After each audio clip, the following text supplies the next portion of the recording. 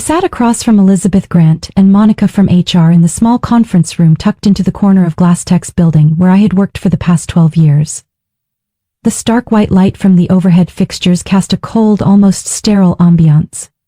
Elizabeth, the head of HR, began the conversation with a formal tone, every word carefully chosen, though a faint trace of satisfaction lingered in her icy blue eyes. "The company is restructuring, Sarah," she said, her slender hands resting neatly on the light wood table. "We are merging the research department into the product development team. Unfortunately, your current position will no longer be needed." Monica, seated beside Elizabeth, quietly slid a cream-colored folder toward me. "This is your severance package. We truly appreciate your contributions over the years."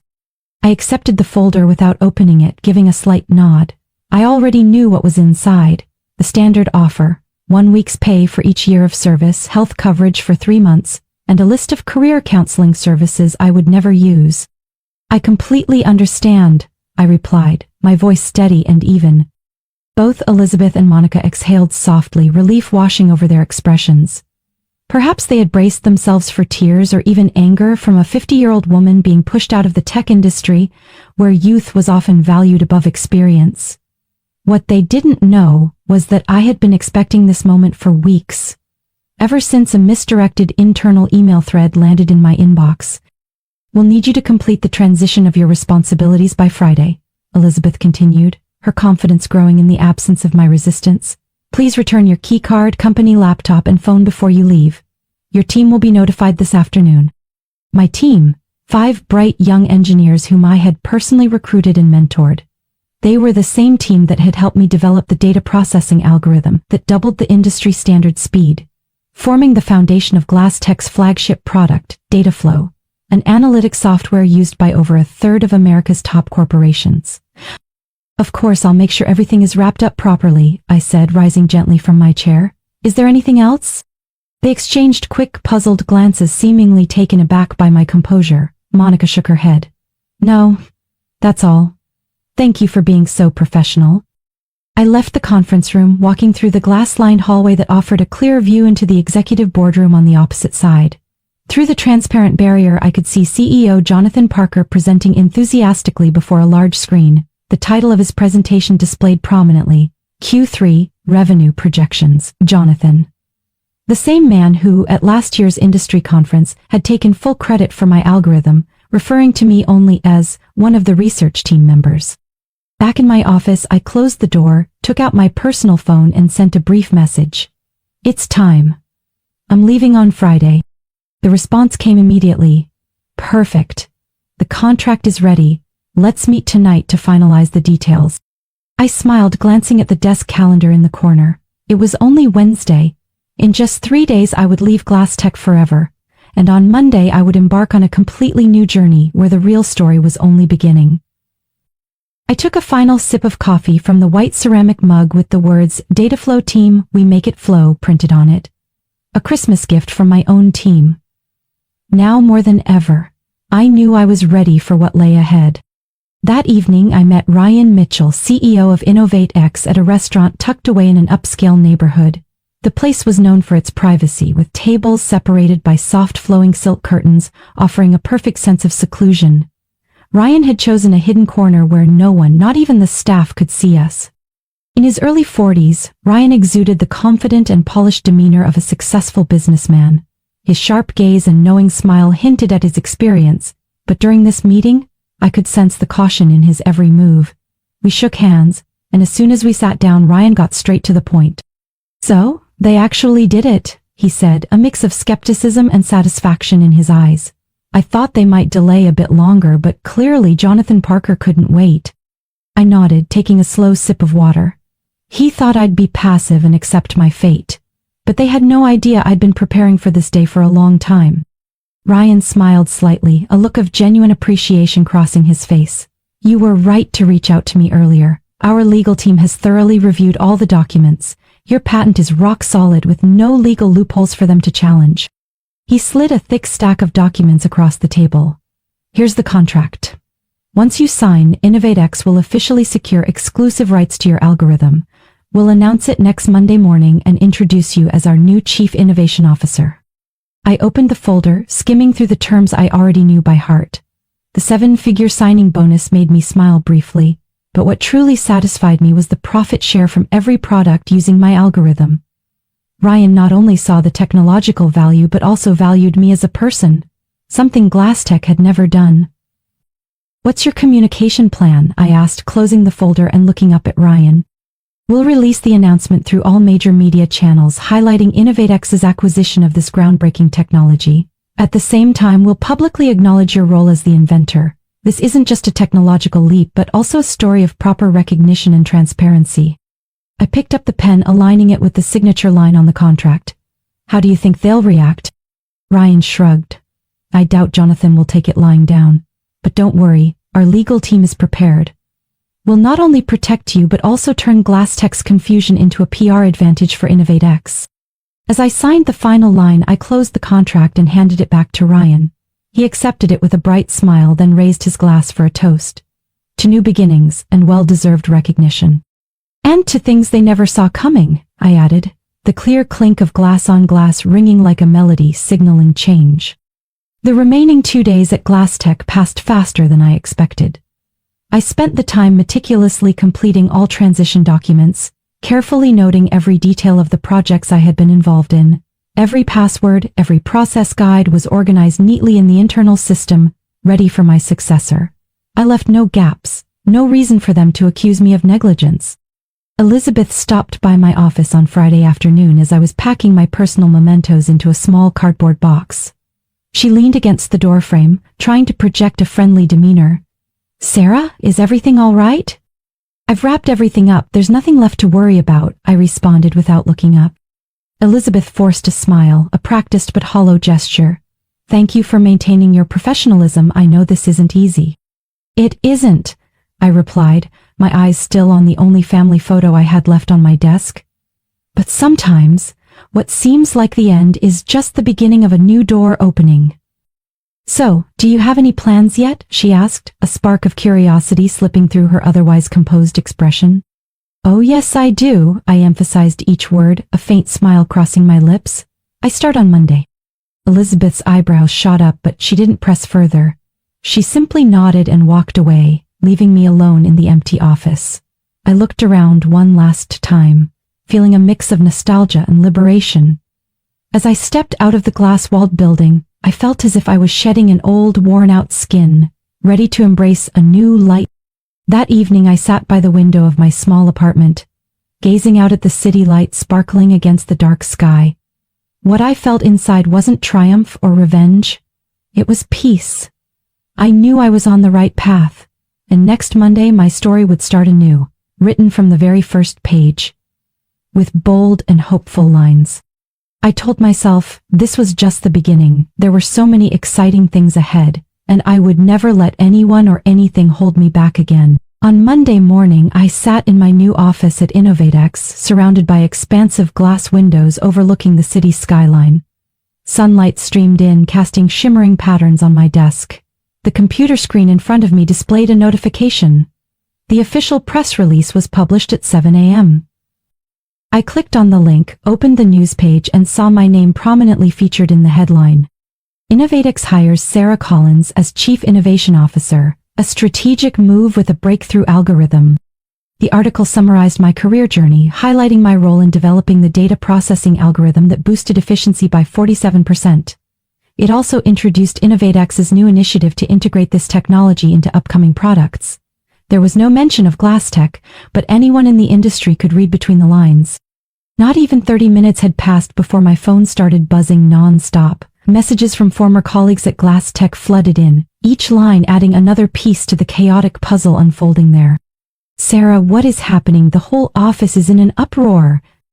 They just called all the managers into the conference room. No one is telling us anything. Jonathan Parker looks pale. He and Marjorie are arguing right in the hallway." I didn't respond immediately. Instead, I saved the messages in a separate folder. Every piece of information, no matter how small, could be useful if things took a legal turn. At exactly 9 a.m., another message popped up, this time from Laura, the head of product development at GlassTech. "They're reviewing all the documents about the algorithm. It looks like they just realized they don't have any rights to it. Sarah, what did you do? I replied simply, check your personal email, you all have new offers from InnovateX. I could imagine the mix of confusion and hope in Laura's eyes and in the rest of her team. They were talented professionals who had supported me greatly in previous projects. I had promised Ryan that if InnovateX wanted to fully leverage the algorithm's potential, they needed the team that understood it best. At GlassTech, chaos quickly turned into a crisis. The company's stock plummeted as soon as the news about the patent rights broke on financial news outlets. Their flagship software, Dataflow, which relied entirely on my algorithm, now faced the risk of being shut down if a legitimate licensing agreement wasn't reached. Jonathan Parker, who once stood on stage taking credit for my work, was now facing tough questions from the board of directors. An anonymous employee at GlassTech leaked to the press. This failure to protect intellectual property could cost the company millions of dollars in lost revenue every month. I received a recording of the emergency meeting from a former colleague. Jonathan's voice was filled with anxiety as he tried to explain to the board members that this was merely a small misunderstanding. But when Marjorie spoke, all confidence had drained from her tone. We skipped the patent filing process. Sarah Collins registered the intellectual property under her own name, and now InnovateX holds exclusive rights. If we don't reach an agreement, we'll have to rebuild the entire platform from scratch. The conference room fell silent for a few seconds, then murmurs filled the air. A financial director finally broke the tension, asking, "How long will this take, and how much will it cost?" Marjorie hesitated. "No less than 18 months. And the estimated cost is around $50 million, not including the revenue loss during that time." Immediately, the meeting descended into chaos. The board demanded an urgent session with the legal team and corporate attorneys that very afternoon. Later that day, news of Jonathan Parker and Marjorie's termination spread across nearly every media outlet. Neither of them made any public comments, but the images of them leaving the building with cardboard boxes of their personal belongings said it all. Around 5 p.m. I received a call from an unknown number. A polished voice came through on the other end. "Hello, Miss Sarah Collins, this is Richard Donovan, the interim CEO of GlassTech. I'd like to discuss the possibility of reaching a legitimate licensing agreement for your algorithm. We're open to negotiating fair terms and publicly acknowledging your contributions." I kept my tone calm and professional. "Thank you, Mr. Donovan, but all negotiations will need to go through InnovateX's legal team. I'm confident they will reach out to you soon." Donovan paused, then sighed. "I understand. Regardless, thank you for your time. I hope we can find a solution that works for both parties." As the call ended, I looked out the window. The city lights continued to shine, and the skyscrapers stood as monuments to relentless effort and ambition. A new chapter in my life had truly begun, and I knew I would never look back. I opened my laptop and began drafting an email to Ryan and the legal team. This game was far from over, but I was ready for every move ahead. 3 months after joining InnovateX, I sat in the large conference room at our new headquarters, surrounded by familiar faces. Laura, Jason, Michael, and the entire team of former engineers from GlassTech had accepted my invitation to join InnovateX in well-deserved roles. Each of them brought passion and dedication, but above all, loyalty and belief in what we were building together. On the large screen at the front, sales charts and market value graphs displayed strong upward curves. InnovateX had surpassed GlassTech in the rankings of top technology companies. This achievement was not only due to implementing my new algorithm into products, but also because we had created a workplace where everyone felt valued and recognized. Ryan Mitchell, the CEO of InnovateX, concluded his presentation with a satisfied smile. "Thank you to Sarah and her team. This success is a result of the creativity and relentless effort of everyone here." The room erupted in applause, but I knew that this acknowledgement wasn't just empty words. Everyone in the room understood that at InnovateX their contributions truly mattered. This was a stark contrast to my years at GlassTech, where my ideas were often dismissed, or worse, taken credit for by others. As the meeting wrapped up and people began to leave, Ryan held me back. "Sarah, I have some exciting news to share. We've just received an invitation from the International Technology Conference. They want you as the keynote speaker." I was taken aback. "Me, but there are so many other people." "No, Sarah, you are the person they want to hear from. Your story about protecting intellectual property and fostering true innovation has inspired so many in the industry. You deserve this."